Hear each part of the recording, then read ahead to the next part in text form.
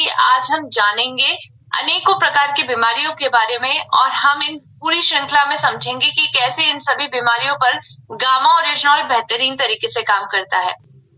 कि कई ऐसे लोग हैं जो इन सभी बीमारियों से ग्रसित हैं, नॉन कम्युनिकेबल डिजीज यानी गैर संक्रामक बीमारियों से ग्रसित है, जिसमें सबसे लीडिंग कॉज आज जो बन चुका है अनेकों प्रकार की डेथ का, तो वो है एकमात्र हमारा हार्ट डिजीज यानी दिल की बीमारी। तो आज हमें इसे गंभीरता से लेना है और आज इसी गंभीरता को समझने के लिए मैं आपको इंडियन हार्ट एसोसिएशन का डेटा दिखाना चाहती हूँ। ये डेटा साफ तौर पे बताता है कि आज प्रति साल अगर किसी 17.7 मिलियन लोगों की डेथ होती है और उसका कारण दिल की बीमारियां हैं।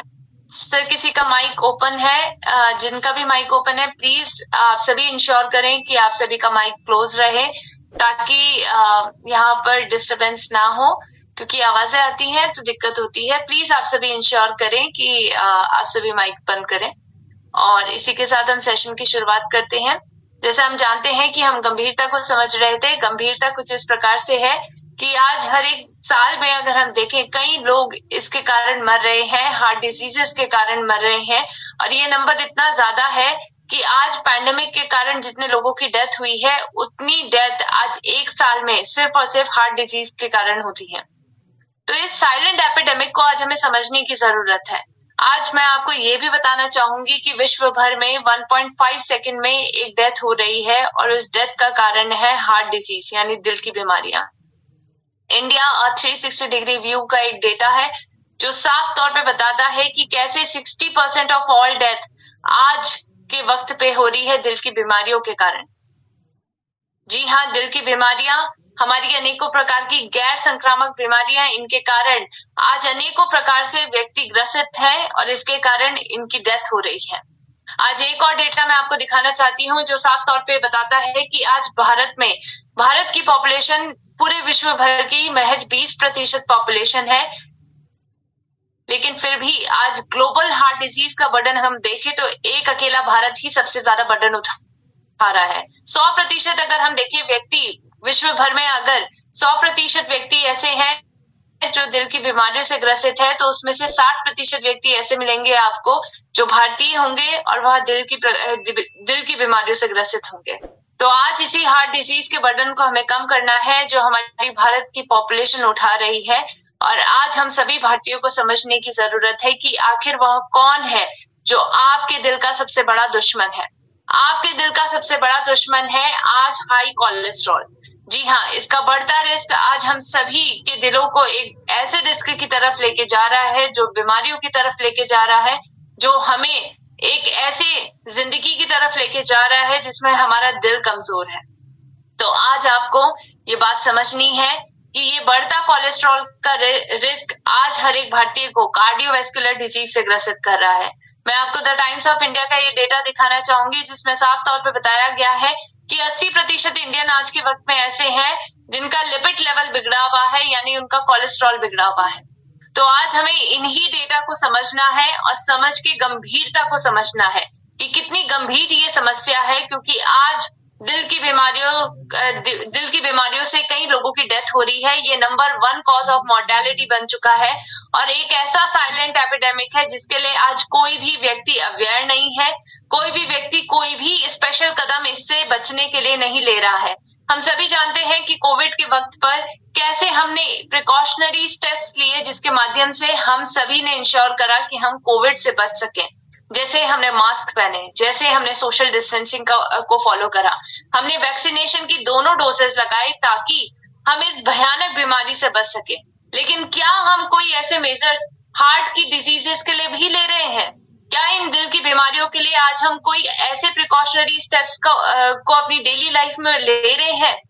बिल्कुल भी नहीं। और इसीलिए आज इस अवेयरनेस को हमें लाना है, क्योंकि ये साइलेंट एपिडेमिक आज कई लोगों की जान दे रहा है। तो आज हमें इन सभी लोगों की जिंदगियों को बचाना है, अपनी जिंदगी को बचाना है, अपने अपनों की जिंदगी को बचाना है।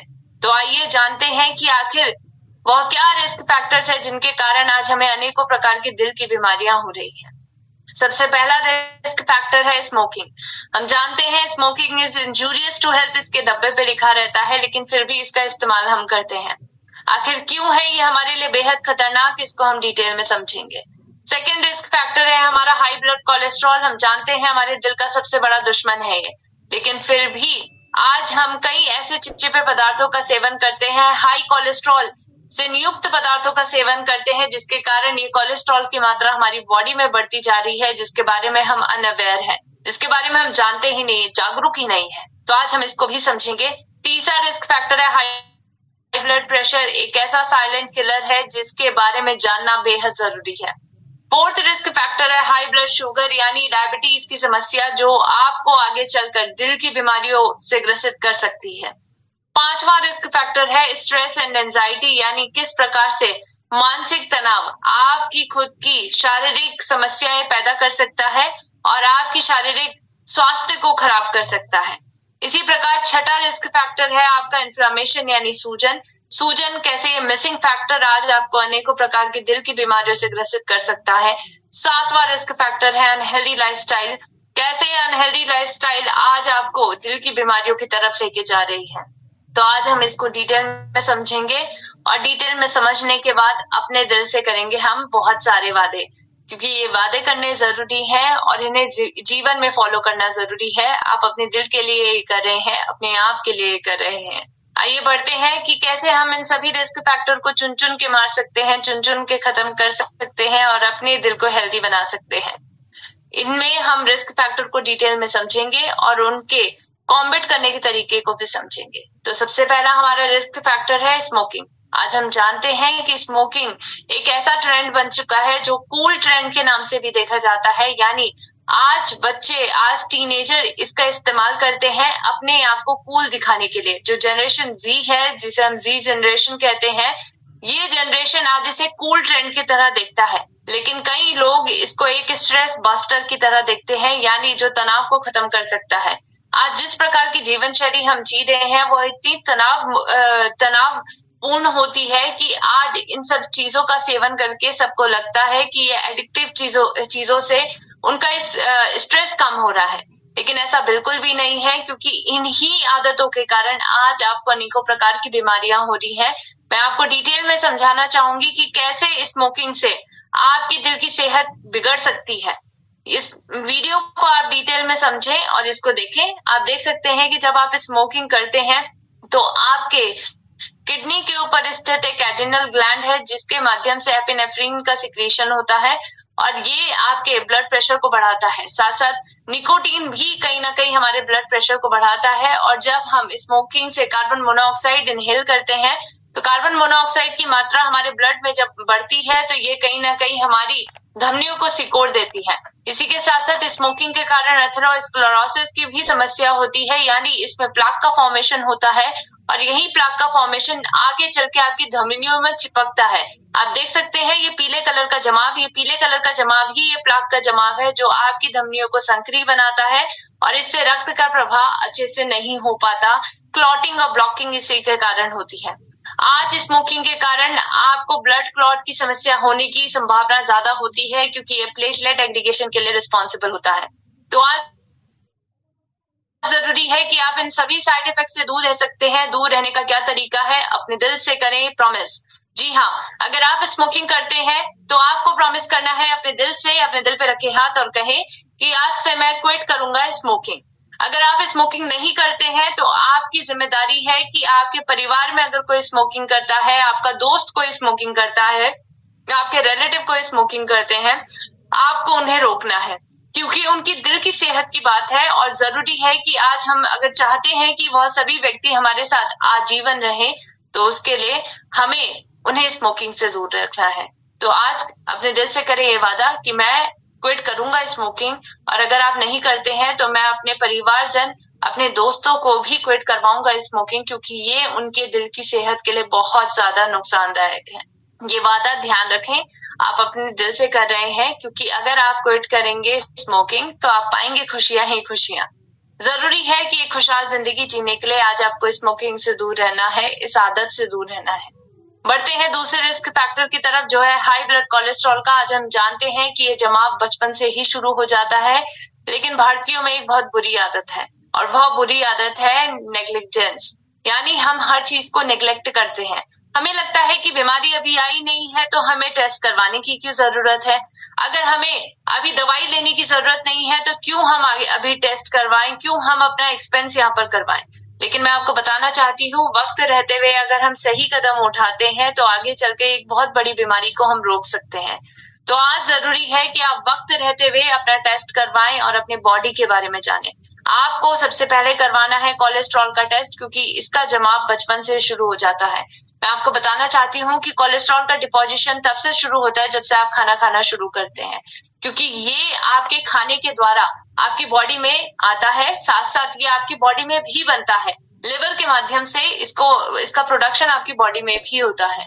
तो इसलिए जरूरी है कि आप इसके डिपोजिशन के बारे में समझे। 9 साल की उम्र से ही आप कोलेस्ट्रॉल का टेस्ट करवाना शुरू करें, और टेस्ट जब आप करवाएंगे तो आप अपनी रिपोर्ट में कुछ ऐसे शब्द देखेंगे जैसे कि SDL, LDL, VLDL and triglyceride. मैं आपको बताना चाहूंगी कि ये सभी कोलेस्ट्रॉल के टाइप है, और अच्छा कोलेस्ट्रॉल और बुरा कोलेस्ट्रॉल आपकी बॉडी में पाया जाता है, और आपकी बॉडी को जिसकी जरूरत होती है वो है अच्छा कोलेस्ट्रॉल, और बुरा कोलेस्ट्रॉल हमारी बॉडी के लिए बेहद घातक होता है।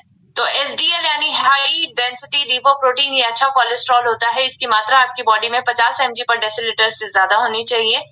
एलडीएल, वीएलडीएल एंड ट्राइग्लिसराइड, ये तीनों बुरे कोलेस्ट्रॉल होते हैं जिनकी मात्रा आपकी बॉडी में 100 mg पर डेसीलीटर से कम, 35 mg पर डेसीलीटर से कम एंड 150 mg पर डेसीलीटर से कम आनी चाहिए। अगर आप इन सभी टारगेट कोलेस्ट्रॉल लेवल को अचीव करते हैं तो आप अपनी दिल की सेहत का बेहतरीन ध्यान रख पाएंगे। इसीलिए आज जरूरी है कि हर एक भारतीय को हाई कोलेस्ट्रॉल के रिस्क से बचना है, क्योंकि आज ये आपको अनेकों प्रकार की कार्डियोवैस्कुलर डिजीज की तरफ लेके जा रही है। आपको मैं ये डेटा दिखाना चाहती हूँ कि आज मार्केट में इसी कोलेस्ट्रॉल को, ये बढ़ा हुआ जो आपका बुरा कोलेस्ट्रॉल है, उसको कम करने के लिए बहुत सारे फार्मास्यूटिकल दवाइयां, एलोपैथिक दवाइयों का इस्तेमाल हो रहा है, और इसमें सबसे ज्यादा इस्तेमाल जो होता है वो स्टैटिन है। स्टैटिन का इस्तेमाल तो हम बहुत करते हैं, लेकिन इसके साइड इफेक्ट के बारे में कईयों को नहीं पता होता है। तो मैं आज आपको बताना चाह रही हूँ कि स्टैटिन के बहुत सारे साइड इफेक्ट है। यूएस एफडीए साफ तौर पे रिकमेंड करता है कि अगर आप लंबे समय तक स्टैटिन का इस्तेमाल करते हैं तो आप अनेकों प्रकार के साइड इफेक्ट से ग्रसित हो सकते हैं, क्योंकि ये आपकी बॉडी में एजिंग की प्रोसेस को बढ़ाता है। आपकी बॉडी में डीजनरेशन ज्यादा होगा, और इसी के कारण आपको अनेकों प्रकार की डीजनरेटिव डिसऑर्डर्स होने की आशंका हो जाती है। इसी के साथ अगर हम देखें, वेट इंक्रीज का भी ये कारण होता है। आप मोटापे की तरफ बढ़ सकते हैं, और मसल डैमेज भी स्टैटिन के कारण होता है। तो आज हम सभी एक ऐसे इफेक्टिव सॉल्यूशन की तलाश कर रहे हैं जिसके माध्यम से हम बेहतरीन तरीके से अपने टारगेट कोलेस्ट्रॉल लेवल को अचीव करें। और आज वो सॉल्यूशन हम सभी के बीच में आ चुका है जिसका नाम है गामा ओरिजिनॉल, एक ऐसा न्यूट्रास्यूटिकल जिसने मचा चुका है हंगामा, क्योंकि आज इसके माध्यम से हम बेहतरीन तरीके से अपने टारगेट कोलेस्ट्रॉल लेवल को अचीव कर रहे हैं।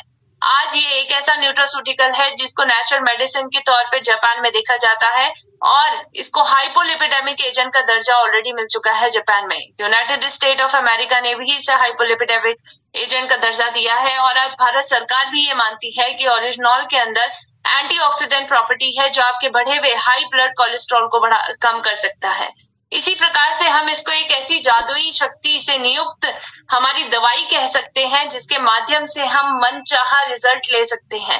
एक ऐसी मैजिक पिल है जो आपकी बॉडी में जो आपकी नीड है वो है हमारी अच्छे कोलेस्ट्रॉल की। अच्छे कोलेस्ट्रॉल की मात्रा को ये बढ़ाता है, और साथ साथ बुरे कोलेस्ट्रॉल की मात्रा को ये आपकी बॉडी में कम करता है। तो है ना ये एक प्रकार से मैजिक पिल, यानी एक जादुई दवाई जिसके माध्यम से हम अपने मनचाहे रिजल्ट को पा रहे हैं। द ट्रिब्यून नाम के न्यूज़पेपर में जाने माने कार्डियोलॉजिस्ट डॉक्टर प्रवीण चंद्रा, जो जाने माने डॉक्टर है मेदांता हॉस्पिटल में, ये कहते हैं कि आप गामा ओरिजिनॉल का इस्तेमाल जरूर करें, क्योंकि ये नेचुरल एंटीऑक्सीडेंट है जो आपकी बॉडी में बढ़े हुए बुरे कोलेस्ट्रॉल को कम करता है और अच्छे कोलेस्ट्रॉल की मात्रा को ये आपकी बॉडी में बढ़ाता है। साथ साथ डॉक्टर साहब ये भी कहते हैं कि हार्ट अटैक को प्रिवेंट कर सकता है और प्लेटलेट एग्रीगेशन की समस्या को भी प्रिवेंट करता है। तो आज आपको अपने दिल से एक और वादा करना है। अपने दिल पे रखे हाथ और कहें कि आज से मैं अपने टारगेट कोलेस्ट्रॉल लेवल को अचीव करूंगी, और उसके लिए सबसे पहले मैं कोलेस्ट्रॉल का टेस्ट करवाऊंगा और गामा ओरिजिनॉल का इस्तेमाल करूंगा। ये दिल से वादा करना है, ये दिल के लिए वादा करना है, और इससे मुकरना बिल्कुल नहीं है। अगर आप कोलेस्ट्रॉल के बारे में और ज्यादा जानना चाहते हैं तो आप इस वीडियो को देख सकते हैं। Forever healthy with Disha YouTube channel पे मिलेगी। और इसी माध्यम से अब हम बढ़ते हैं अपने तीसरे रिस्क फैक्टर की तरफ, जो है हाई ब्लड प्रेशर का। आज हम जानते हैं कि हाई ब्लड प्रेशर एक ऐसी समस्या है जिसकी गंभीरता हमें समझनी चाहिए, क्योंकि आज इसके मरीज आपको अपने घर में ही दिखाई देंगे, अपने घर परिवार में ही आपको मिल जाएंगे इसके मरीज। और आज मैं इसी की गंभीरता को दर्शाते हुए हिंदुस्तान टाइम्स में पब्लिश ये डेटा को दिखाना चाहूंगी। 8 में से 3 इंडियन आज के वक्त पे ऐसे हैं जो इस समस्या से ग्रसित हैं, हाई ब्लड प्रेशर की समस्या। आपकी बॉडी में ब्लड प्रेशर या फिर नॉर्मल पाया जा सकता है, या फिर वह हाई ब्लड प्रेशर हो सकता है, या फिर लो ब्लड प्रेशर हो सकता है। नॉर्मल ब्लड प्रेशर 120/80 यानी सिस्टोलिक 120 होता है और डायस्टोलिक 80 होता है।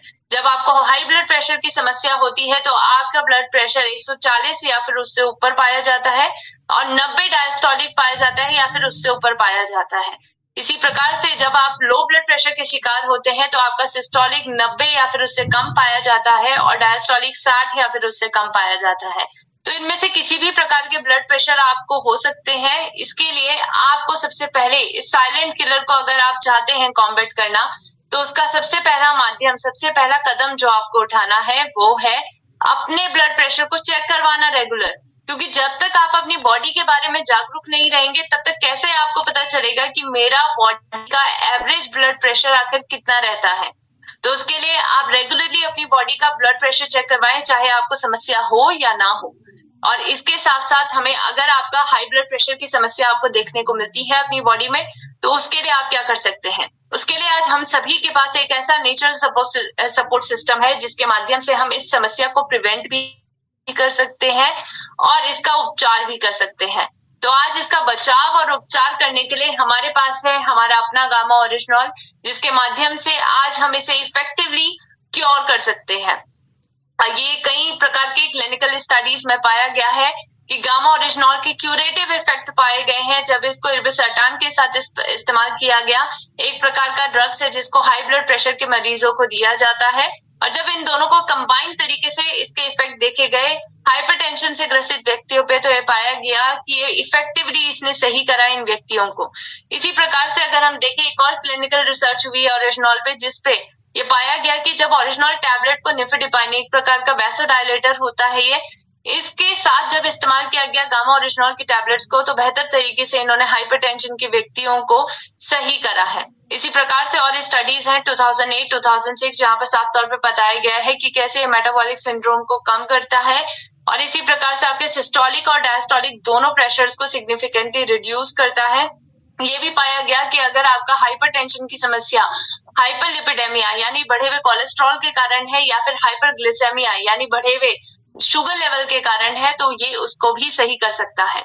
तो आज जरूरी है कि आप इन सभी क्लिनिकल ट्रायल्स को समझें, और उसके लिए आप जा सकते हैं हमारी साइट www.original.in पर, और इसी के साथ अपने दिल से करें एक प्रॉमिस कि अपने दिल पे रखें हाथ और कहें कि आज से मैं हर महीने अपने बीपी को चेक करवाऊंगा और करवाऊंगी, और साथ साथ गामा ओरिजिनॉल का इस्तेमाल करूंगी, ताकि मैं हाई ब्लड प्रेशर की समस्या को से अपना बचाव पहले से कर सकूं, और अगर आपको है तो उपचार भी इसका कर सकूं। इसीलिए आज जरूरी है कि इसकी तरफ हमें बढ़ना है, गामा ओरिजिनॉल का सेवन हमें करना है और अपनी दिल की बीमारियों से बचना है।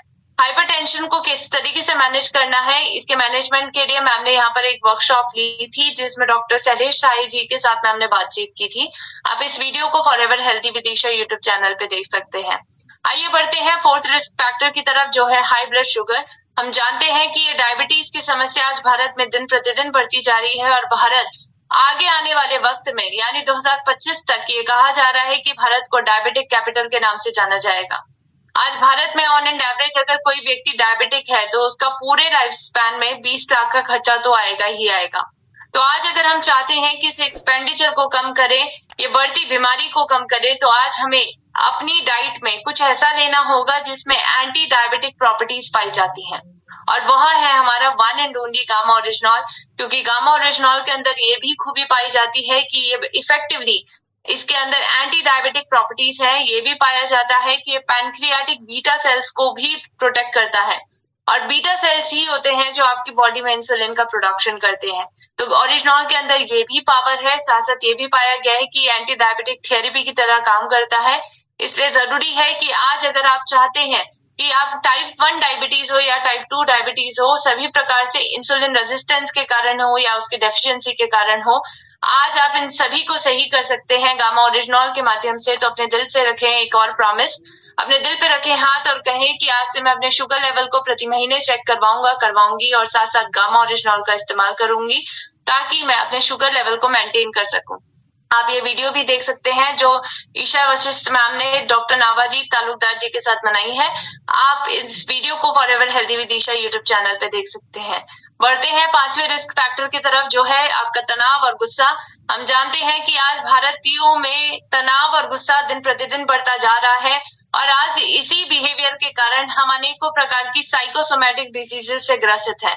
आज भारतीयों में अगर मैं आपको डेटा के हिसाब से बताऊं तो ये बताते हैं कि 74% भारतीय ऐसे हैं जो तनाव से ग्रसित हैं और 88% भारतीय आज के वक्त पे ऐसे हैं जो एंजाइटी यानी घबराहट से ग्रसित हैं, चिंता से ग्रसित हैं।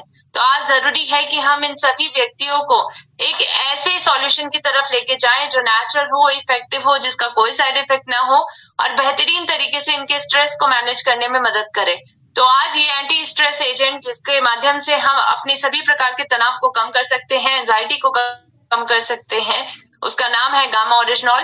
गामा ओरिजिनॉल को जापान में पहले से ही यानी जब से इसकी डिस्कवरी हुई है 1954 से ही एंटी एंजाइटी एजेंट की तरह इस्तेमाल किया जाता है। इसी प्रकार से आज हमें एक और वादा अपने दिल से करना है, अपने दिल पे रखें हाथ और कहें कि आज से मैं अपने स्ट्रेस को चेक में रखूंगी, साथ साथ गामा ओरिजिनॉल का इस्तेमाल करना बिल्कुल नहीं भूलूंगी, क्योंकि ये आपके दिल की बात है, आपके दिल की सेहत की।